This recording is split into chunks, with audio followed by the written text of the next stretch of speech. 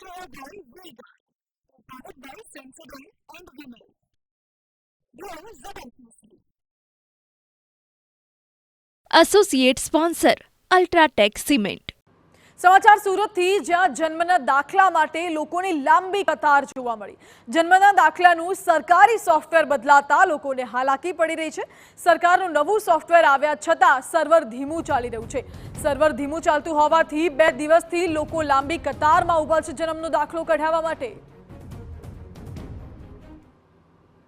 લોકોના ટેક્સથી અધિકારીઓ પગાર લેતા હોય છે, પણ અધિકારીઓ જ લોકોને પરેશાન કરતા હોય છે. તે રીતના દ્રશ્યો છે તે વરાછા ઝોન ખાતેના દ્રશ્યો સામે આવી રહ્યા છે. મરણ અને જન્મ તારીખના જે દાખલા લેવા માટે વહેલી સવારથી લોકો લાંબી લાઈન કરી અને ઊભા રહ્યા છે.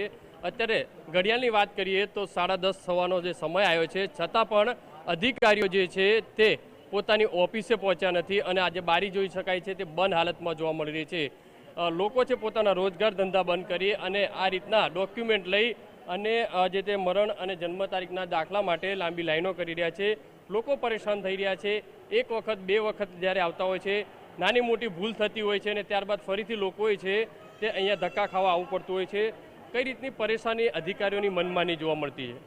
ટાઈમિંગ આપે છે એ ટાઈમિંગ પ્રમાણે આવતો નથી ને 5 વાગે એટલે બંધ જ કરી દે છે. બરાબર છે કે 10:30નો ટાઈમ હોય કે 10 વાગ્યાનો ટાઈમ હોય તો એ લોકો તો એના કામ પ્રમાણે બારી ખોલતા બી નથી.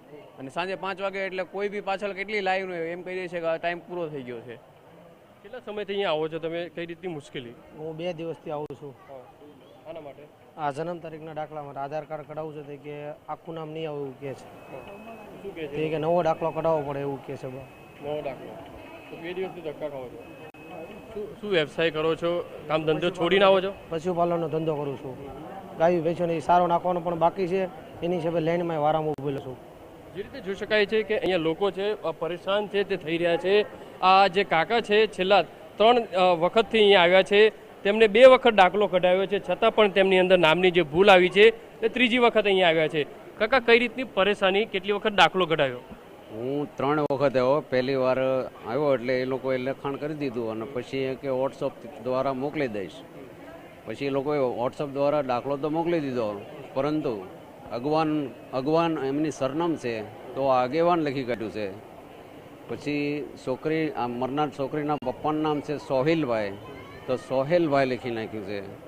તો આવી પરેશાની આજે 3જી વાર હું અહીંયા પહોંચ્યો છું. હજી અહીંયા કંઈ ઠેકાણા છે નહીં. કાકા, તમે 3 વખત અહીંયા પહોંચ્યા હતા. તમે જે ફોર્મ છે તે વ્યવસ્થિત ભર્યું હતું, છતાં પણ ભૂલ? તોય ભૂલ, છતાં ભૂલ છે.